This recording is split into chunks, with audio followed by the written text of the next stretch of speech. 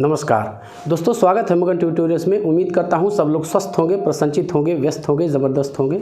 दोस्तों आज एक बहुत ही महत्वपूर्ण टॉपिक पे हम लोग बातचीत करेंगे जो है वाच्य। और मैं आपको एक चीज़ बता दूं कि ये परीक्षाओं के दृष्टि से काफ़ी महत्वपूर्ण टॉपिक है और इसे बच्चे अक्सर नज़रअंदाज कर देते हैं। उनका फोकस संधि, समास, प्रत्यय, उपसर्ग इन्हीं सब में वो चले जाते हैं और ये जो वाच्य है इसको कहीं न कहीं इग्नोर कर दिया जाता है उनके द्वारा। लेकिन दोस्तों मैं आपको ये बता दूं कि ये भाग बहुत ही महत्वपूर्ण है। छोटा सा टॉपिक है लेकिन महत्वपूर्ण है। एक न एक प्रश्न, चाहे वो यूपी सुपर टेट हो, यूपी राजस्व लेखपाल हो, यूपी एसआई हो, यूपी टेट हो, सी टेट हो, इस तरह के जो भी वनडे एग्ज़ाम्स हैं, बैंक, रेलवे, जिनमें हिंदी व्याकरण से प्रश्न आते हैं, इस भाग से इनमें एक न एक प्रश्न पूछे ही लिए जाते हैं और प्रश्न आसान होते हैं। लेकिन अब यदि हमने इसके बारे में एकदम से पढ़ा ही नहीं है, इसको देखा नहीं है, तो फिर हमें दिक्कत होने लगती है वहाँ पे। मैं आपको कुछ ही लाइनों में, मैं आपको 10 मिनट बस समय दीजिएगा, मैं आपको ये सारी चीज़ें क्लियर करवा दूंगा और आप इस तरह से इसको समझ जाएंगे कि आपको ये फिर ज़िंदगी भर भूलेगा नहीं। चलिए शुरू करते हैं। सबसे पहले ये समझ लेते हैं कि वाच्य होता क्या है, वाच्य कहते किसे हैं, और इसके बाद इसके प्रकारों पे हम लोग आएंगे। और जैसा कि यहाँ पे मैंने उदाहरण काफ़ी सारे लिख रखे हैं ताकि मैं आपको अच्छी प्रकार से इसको समझा सकूँ। जैसे हम वाच्य के बारे में समझ लेते हैं कि वाच्य आखिर है क्या। वाच्य दोस्तों एक लाइन में इसको मैं परिभाषित कर देता हूं। क्रिया के जिस रूप से यह पता चले कि वह कर्म के अनुसार है या फिर कर्ता के अनुसार है या भाव के अनुसार है, इसी को हम लोग कहते हैं वाच्य। यानी क्रिया के जिस रूप से उसके कर्ता, कर्म या फिर भाव के अनुसार होने का बोध हो, उसे ही हम लोग कहेंगे वाच्य। अब यहाँ पे देख लीजिए, मैंने कुछ उदाहरण लिखा है, मैं बारी बारी से इनको पढ़ देता हूँ और फिर इसके बाद मैं इसके प्रकारों को आपको समझाऊंगा। यहाँ पे है प्रखर रोता है। दूसरा उदाहरण है मीरा रोती है। राम क्रिकेट खेलता है। अब ज़रा दोस्तों इन उदाहरणों पे आप गौर कीजिएगा क्योंकि इसी में वाच्य के प्रकार जो हैं ये इन्हीं उदाहरणों में छुपे हुए हैं। ध्यान दीजिएगा यहाँ पे प्रखर रोता है। अब देखिए ये प्रखर जो है, प्रखर एक संज्ञा शब्द है, पुल्लिंग एक वचन। जो रोता है ये क्रिया है। अब आप यहाँ पे ध्यान देने वाली आपको ये बात है कि आप ये देखिए कि क्रिया किससे प्रभावित हो रही है। यानी क्रिया का जो लिंग है, आप ध्यान में रखिएगा, क्रिया का जो लिंग है वो किससे प्रभावित हो रहा है। और तीन ही चीज़ों का आपको ध्यान देना है। क्या वो कर्ता से प्रभावित हो रही है, या फिर वो कर्म से प्रभावित हो रही है, या फिर कर्ता और कर्म दोनों से ही अप्रभावित है क्रिया। इसी के आधार पे वाच्य के तीनों जो प्रकार होते हैं उनको हम लोग समझेंगे। देखिए ये रोने की क्रिया हो रही है और जो क्रिया का लिंग है वो कर्ता के लिंग से प्रभावित है। यानी कर्ता जो है पुंलिंग है, इसलिए क्रिया भी यहाँ पे रोता है, ये भी पुंलिंग के रूप में प्रयोग हुई है। आप लोग समझ रहे होंगे। निचला जो उदाहरण है उसको देखेंगे तो आप और समझ जाएंगे। अब ये देखिए यहाँ पे कर्ता क्या है, मीरा, ये स्त्रीलिंग एक वचन है। तो देख लीजिए यहाँ पे क्रिया का भी रूप बदल गया। यहाँ पे मीरा के अनुसार क्रिया का जो रूप हो गया वो रोती है। मैं उम्मीद कर रहा हूँ कि आपको ये समझ में आ रहा होगा। यहाँ देखिए क्रिया कर्ता से प्रभावित हो रही है। यहाँ पे चूँकि पुरुष था, पुल्लिंग था ये, इसलिए रोता हो गया। यहाँ पे स्त्रीलिंग है कर्ता, इसलिए यहाँ पे ये क्रिया रोती हो गई। अब एक उदाहरण नीचे वाला आप देख लीजिए, ये सकर्मक क्रिया है, राम क्रिकेट खेलता है। अब यहीं पे अगर राधा कर दें तो ये खेलती है हो जाएगा, जैसा कि आप समझ सकते हैं। मैं चाहता था कि आपको जल्दी जल्दी चीज़ें समझा दूं ताकि वीडियो भी ना लंबी हो और हम चीज़ें भी समझ जाएं। तो कहने का अर्थ ये है कि क्रिया किससे प्रभावित हो रही है, तो कर्ता से प्रभावित हो रही है। कर्ता से ये प्रभावित हो रही है। कैसे प्रभावित हो रही है? तो जो क्रिया का लिंग निर्धारित हो रहा है वो कर्ता के लिंग से ही निर्धारित हो रहा है। जैसा कि यहाँ हम देख सकते हैं, यहाँ रोता है, फिर यहाँ रोती है, या फिर यहाँ पे खेलता है, यदि लड़की होती तो खेलती है, यानी क्रिया का जो लिंग है वो कर्ता के लिंग से प्रभावित है। इसलिए ये जो वाच्य होगा इसको हम कहेंगे कर्तृवाच्य। कर्तृवाच्य ये हो गया वाच्य का पहला प्रकार, कर्तृवाच्य, यानी क्रिया जो है कर्ता से प्रभावित हो रही है। यानी दूसरे शब्दों में इसको हम कहेंगे कि वाक्य में प्रधानता किसकी है? कर्ता की प्रधानता है तो उसको हम लोग कहेंगे कर्तृवाच्य। कर्म की प्रधानता है तो उसको हम कहेंगे कर्मवाच्य। और यदि वाक्य में भाव की प्रधानता है तो उसको हम लोग कहेंगे भाववाच्य।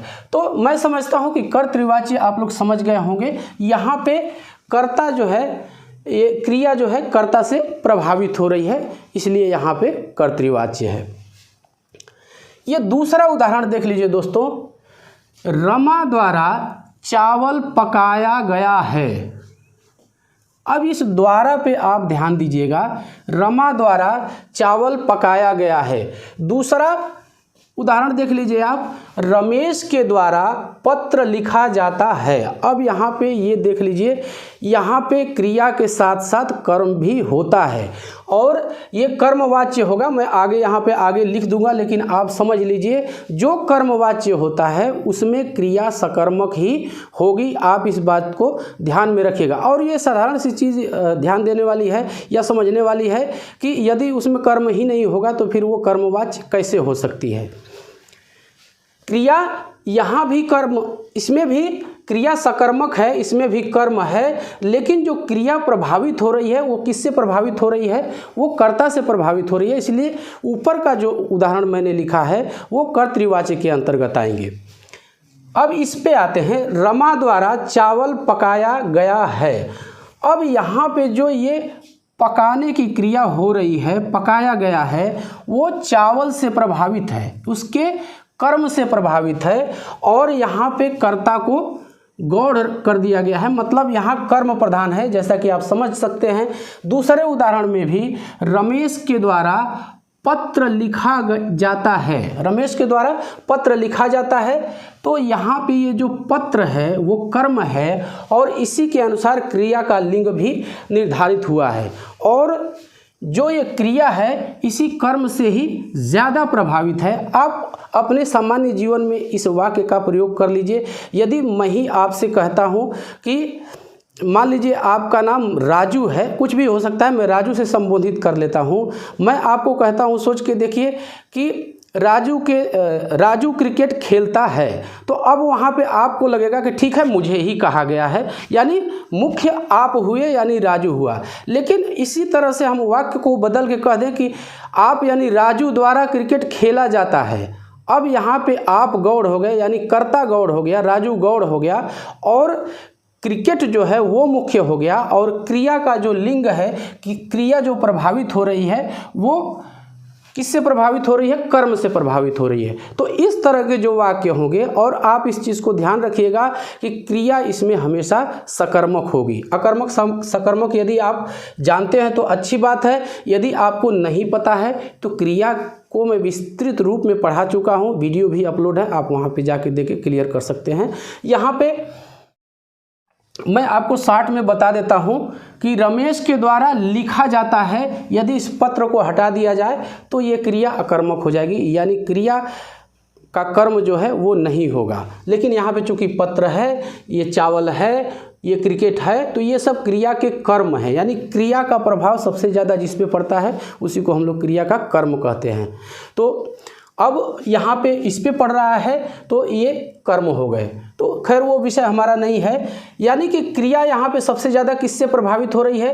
कर्म से प्रभावित हो रही है। इसलिए ये जो होगा वाच्य का दूसरा प्रकार वो हो जाएगा कर्मवाच्य, कर्मवाच्य। अब दोस्तों तीसरे पे आ जाइए, मैं जल्दी से वीडियो को ख़त्म करना चाहता हूँ। हमीदा बेगम से चला नहीं जाता, इसमें दूसरा हम लोग पढ़ते हैं, बच्चों से शांत नहीं रहा जाता। आखिरी पढ़ता हूँ, चलो अब सोया जाए। दोस्तों एक चीज़ ध्यान देने की है, इस चीज़ को ध्यान रखिएगा कि जिस वाक्य में क्रिया स्वतंत्र हो, यानी न तो उस पर कर्ता का प्रभाव पड़े और न ही कर्म का प्रभाव पड़े, क्रिया स्वतंत्र हो और क्रिया का भाव ही मुख्य है। यहाँ पे देख लीजिए, सोया जाए, रहा जाता, बच्चों से शांत नहीं रहा जाता, रहना एक क्रिया है और ये चलना एक क्रिया है।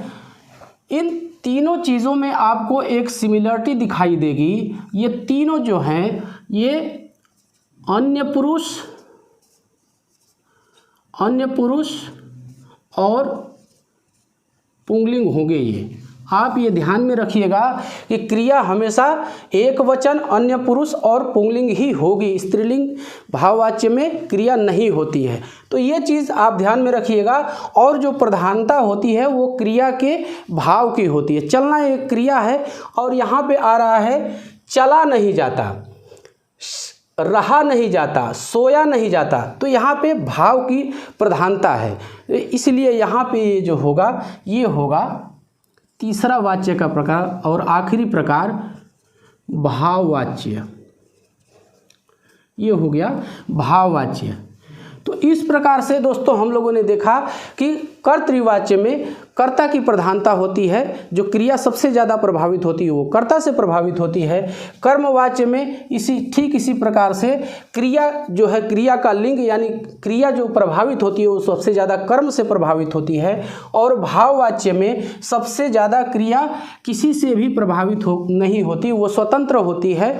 और वो जो है क्रिया, इसमें ऐसे वाक्यों में भाव की प्रधानता होती है, क्रिया के भाव की प्रधानता होती है। इसलिए इस तरह के जो वाक्य होते हैं उनको हम लोग कहेंगे भाववाच्य। तो दोस्तों यही वो तीन वाच्य थे और आप मॉडल पेपर उठा के देखेंगे तो आपको इससे उदाहरण मिल जाएंगे। और उम्मीद करता हूँ कि ये चीज़ें आपको समझ में आ गई होगी। यदि किसी स्पेशल पॉइंट पे, किसी स्पेशल टर्म पे आप वीडियो चाहते हैं तो आप हमें कमेंट कीजिए। और अंत में यही कहूँगा कि उम्मीद करता हूँ कि आपको वीडियो पसंद आई होगी। शुभकामनाएं देता हूँ। आप जिस भी कॉम्पिटिटिव एग्ज़ाम में बैठ रहे हैं उसमें आपको सफलता मिले। और चलते चलते एक चीज़ दोस्तों कह जाऊँगा कि यदि आप यहाँ तक देख रहे हैं तो कृपया हमारे चैनल को सपोर्ट कीजिए, सब्सक्राइब कीजिए, लाइक कीजिए, शेयर कीजिए।